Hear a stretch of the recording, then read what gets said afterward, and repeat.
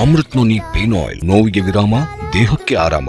DRC ಮಾಲ್ನಲ್ಲಿ ರಾಷ್ಟ್ರಗೀತೆ ಬರುವಂತಹ ಟೈಮಲ್ಲಿ ಮುಸ್ಲಿಂ ದಂಪತಿಗಳಿಗೂ ಎದ್ದೇಳದೆ ಅದಕ್ಕೆ ಅಗೌರವ ತೋರಿಸಿದರೆ ಗಲಾಟೆ ಆಗಿದೆ, ತನಿಖೆ ನಡೀತಾ ಇದೆ. ನನಗೆ ಅದ್ರ ಬಗ್ಗೆ ಏನು ಮಾಹಿತಿ ಇಲ್ಲ, ನನಗೆ ಗೊತ್ತಿಲ್ಲ. ಪದೇ ಪದೇ ಈ ಥರದ ಇನ್ಸಿಡೆಂಟ್ಗಳಾಗ್ತವಲ್ಲ, ಯಾರಲ್ಲಿ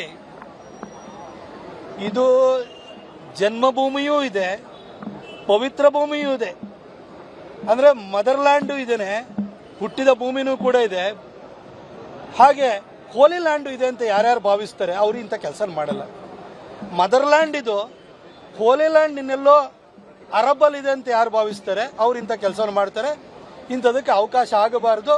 ಅಲ್ಲಿ ಪಕ್ಕದವ್ರು ಯಾರು ನಿಂತ್ಕೊಂಡಿದ್ದಾರೆ, ನಾನು ಅವರಿಗೆ ಒಂದು ವಾಗ್ದಂಡನೇನಾದರೂ ಮಾಡಿ ಅವರಿಗೆ ನಿಲ್ಲಿಸೋಂಥ ಕೆಲಸ ಮಾಡಬೇಕು. ಯಾಕೆಂದರೆ ಕೆಲವೊಂದು ಸರಿ ಕೆಲವರು ಪಾಠ ಕಲಿಯದೇ ಇದ್ದಾಗ ಕಿವಿ ಹಿಂಡಿ ಪಾಠ ಕಲಿಸ್ಬೇಕಾಗುತ್ತೆ, ಆ ಕೆಲಸನ ಮಾಡಬೇಕಿತ್ತು ಅಂತ ನಾನು ಅನಿಸುತ್ತೆ. ಆದರೆ ನಾನು ಸ್ಪಷ್ಟವಾಗಿ ಹೇಳಲಿಕ್ಕೆ ಬಯಸ್ತೀನಿ, ಈ ದೇಶದಲ್ಲಿ ಹುಟ್ಟಿರೋರು ಎಲ್ಲರೂ ಕೂಡ ಇದನ್ನೇ ಮದರ್ಲ್ಯಾಂಡು, ಇದನ್ನೇ ಹೋಲಿ ಲ್ಯಾಂಡ್ ಅಂತ ಹೇಳ್ಬಿಟ್ಟು ಭಾವಿಸಬೇಕು. ಆ ರೀತಿ ಯಾರು ಭಾವಿಸಿಲ್ಲ ಅವರಲ್ಲಿ ಇಂತಹ ಒಂದು ಅಬದ್ಧದ ವರ್ತನೆಗಳು ಮರುಕಳಿಸ್ತಾ ಇರ್ತವೆ. ಅದಕ್ಕೆ ಉಳಿದವರು ಅವಕಾಶ ಮಾಡಿಕೊಡುವಂಥದ್ದನ್ನ ಮಾಡಬಾರ್ದು ಅಂತ ಕೇಳ್ಕೊಳ್ತೀನಿ.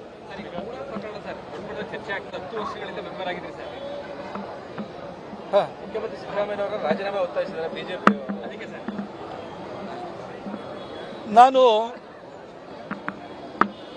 ಮಾನ್ಯ ಮುಖ್ಯಮಂತ್ರಿ ಸಿದ್ದರಾಮಯ್ಯನವ್ರ ಬಗ್ಗೆ ವೈಯಕ್ತಿಕವಾಗಿ ನಾನು ಅಪಾರವಾದಂಥ ಗೌರವವನ್ನು ಇಟ್ಕೊಂಡಿರೋಂಥ ವ್ಯಕ್ತಿ. ಒಂದು ಸಿದ್ದರಾಮಯ್ಯನವರಿಗೂ ನನಗೂ ಇರುವಂಥದ್ದು ಸೈದ್ಧಾಂತಿಕವಾದಂಥ ವಿರೋಧ, ಹಾಗೂ ಧಾರ್ಮಿಕ ವಿಚಾರದಲ್ಲಿ ನನಗೂ ಅವರಿಗೂ ಬಹಳ ವಿರೋಧಗಳಿದೆ. ಕಳೆದ 10 ವರ್ಷಗಳಿಂದ ಹಳೆ ಮೈಸೂರು ಭಾಗದಲ್ಲಿ ಸೈದ್ಧಾಂತಿಕ ವಿಚಾರ ಬಂದಾಗ, ಧಾರ್ಮಿಕವಾದ ವಿಚಾರ ಬಂದಾಗ ನಾನು ಸಿದ್ದರಾಮಯ್ಯನವ್ರ ವಿರುದ್ಧ ನಾನು ಕಡಾಖಂಡಿತವಾಗಿ ನಿಂತಿದ್ದೀನಿ, ವಿರೋಧಿಸಿದ್ದೀನಿ. ಅದು ಮಹಿಷಾ ದಸರಾ ಇರ್ಬೋದು, ಟಿಪ್ಪು ಜಯಂತಿ ಇರ್ಬೋದು. ನಾವು ಸಲಹಿದ ಕೈಗಳು ನಮ್ಮ ನೋವಿಗೆ ಸ್ಪಂದಿಸಿದಾಗ ಆಗುವ ಸಂತೋಷ. ಅಮೃತ್ ನೋನಿ ಪೇನ್ ಆಯಿಲ್, ನೋವಿಗೆ ವಿರಾಮ, ದೇಹಕ್ಕೆ ಆರಾಮ. ಅಥವಾ ದೇಶದ ಅತ್ಯಂತ ಜನಪ್ರಿಯ ಪ್ರಧಾನಿ ಬಗ್ಗೆ ತುಚ್ಛವಾಗಿ ಮಾತಾಡುವಂಥ ವಿಚಾರಗಳಿರ್ಬೋದು. ಈ ರೀತಿ ವಿಚಾರಗಳು ಬಂದಾಗ, ಅಥವಾ ಹಿಂದೂಗಳ ಮೇಲೆ ನಡೆಯುವಂಥ ಆಕ್ರಮಣಗಳು, ಹಿಂದೆ ಅದು ಕೆಲವು ಕಡೆ ನಮ್ಮ ಕಾರ್ಯಕರ್ತರ ಹತ್ಯೆಗಳಾಯ್ತಲ್ಲ, ಆ ಸಂದರ್ಭ ಇರ್ಬೋದು. ಇದರಲ್ಲಿ ಸಿದ್ದರಾಮಯ್ಯನವ್ರನ್ನ ವಿರೋಧಿಸಿದ್ದೀನಿ. ಇನ್ನು ಡಿಜೆಹಳ್ಳಿ ಕೆಜೆಹಳ್ಳಿ ಅಂತ ಪ್ರಕರಣ, ಹರ್ಷ ಮರ್ಡರ್ ಕೇಸು, ಪ್ರವೀಣ್ ನೆಟ್ಟಾರೋ ಕೇಸ್ ನಡೆದಾಗ ನಮ್ಮ ಸರ್ಕಾರನೂ ಕೂಡ ವಿರೋಧಿಸಿದ್ದೀನಿ. ಹಾಗಾಗಿ ನಂದೇನಿದ್ರು ಕೂಡ ಸಿದ್ದರಾಮಯ್ಯನವರು ಅಥವಾ ಯಾರೇ ಆಗಲಿ, ನನ್ನ ಸೈದ್ಧಾಂತಿಕವಾಗಿ ಮತ್ತು ಧಾರ್ಮಿಕವಾಗಿ ಕೆಲವು ಅವರ ನಿಲುವುಗಳ ಬಗ್ಗೆ ನನ್ನ ವಿರೋಧ ಇತ್ತು. ಆದರೆ ಸಿದ್ದರಾಮಯ್ಯನವ್ರನ್ನ ನಾನು ಯಾವತ್ತೂ ಕೂಡ ಈ ಭ್ರಷ್ಟಾಚಾರದ ದುರ್ಬೀನಿನಿಂದ ನೋಡಿರಲಿಲ್ಲ. ಯಾಕಂದರೆ ನಾನು ಕೂಡ ನನ್ನ ಸೀಮಿತ ರಾಜಕೀಯ ಅನುಭವದಲ್ಲಿ ಕಳೆದ ಒಂದು 20-25 ವರ್ಷಗಳನ್ನು ನೋಡ್ಕೊಂಡು ಬಂದರೆ ಸಿದ್ದರಾಮಯ್ಯನವರು ಯಾವುದೇ ಕಳಂಕಗಳನ್ನು ಅಂಟಿಸ್ಕೊಂಡಿರಲಿಲ್ಲ. ಅವರೇನಿದ್ರು ನಮಗೂ ಅವ್ರಿಗೂ ಜಗಳಗಳು, ಯುದ್ಧಗಳಾಗ್ತಾ ಇದ್ರೆ ಅದು ಸೈದ್ಧಾಂತಿಕವಾಗಿತ್ತು. ನಾನು ಅವ್ರನ್ನ ಕರಪ್ಟ್ ಅಂತ ಹೇಳಲಿಕ್ಕೆ ನನಗೆ ಯಾವಾಗಲೂ ಕೂಡ ಮನಸ್ಸಾಗ್ತಿರ್ಲಿಲ್ಲ.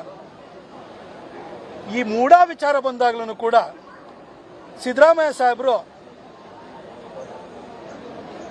ಒಂದು ಮೇಲ್ಪಂಕ್ತಿಯನ್ನು ಹಾಕೊಡ್ತಾರೆ ಅಂತ ನಾನು ಅನ್ಕೊಂಡಿದ್ದೆ. ಈ ವಿಚಾರ 2023 ವಿಧಾನಸಭಾ ಚುನಾವಣೆ ಸಂದರ್ಭದಲ್ಲಿ ಬಂದಿತ್ತು. ನಾನು ಆಗ್ಲೂ ಕೂಡ ನನಗೆ ಯಾರ ಬಗ್ಗೆನೂ ಕೂಡ ವೈಯಕ್ತಿಕವಾದಂಥ ದಾಳಿ ಮಾಡುವಂಥ ಅಭ್ಯಾಸ ಇಲ್ಲ, ಹಾಗಾಗಿ ನಾನು ಮಾಡಿರಲಿಲ್ಲ. ನಾವು ಸಲಹಿದ ಕೈಗಳು ನಮ್ಮ ನೋವಿಗೆ ಸ್ಪಂದಿಸಿದಾಗ ಆಗುವ ಸಂತೋಷ. ಅಮೃತ್ ನೋನಿ ಪೇನ್ ಆಯಿಲ್, ನೋವಿಗೆ ವಿರಾಮ, ದೇಹಕ್ಕೆ ಆರಾಮ. ಆದರೆ ಈ ಪ್ರಕರಣ ಜೋರಾಗಿ ಹೊರಗಡೆ ಬಂದಿದ್ರಿಂದಾಗಿ ಸಿದ್ದರಾಮಯ್ಯ ಸಾಹೇಬರು ಅದೇನು ತಗೊಂಡಿದ್ರು 14-18 ಸೈಟು, ಅದು ಬಹುಶಃ ಅವರ ಗಮನಕ್ಕೆ ಬರದಲೇ ಇದ್ದು ಅವ್ರು ಯಾರೋ ಅವ್ರ ಸಂಬಂಧಿಕರೋ ಬಾಮೈದನೋ ಇನ್ಯಾರೋ ಏನೋ ಮಾಡಿದ್ದಾರೆ ಅಂತಲೇ ಅನ್ಕೊಳ್ಳೋಣ. ಆ ಸಂದರ್ಭದಲ್ಲಿ ಬಿಜೆಪಿ ಸರ್ಕಾರ ಇದ್ದೂ ಕೂಡ ಇಂಥದ್ದೊಂದು ಮಣ್ಣು ತಿನ್ನೋ ಕೆಲಸ ಆಗಿದೆ ಅಂತಲೂ ಅನ್ಕೊಳ್ಳೋಣ.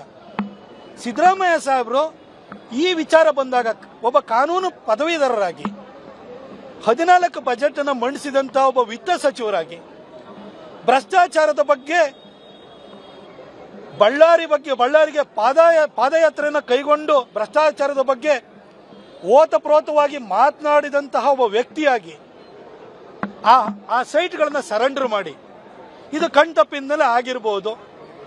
ನಾನು ಇದನ್ನು ಸರೆಂಡರ್ ಮಾಡ್ತಾ ಇದ್ದೀನಿ.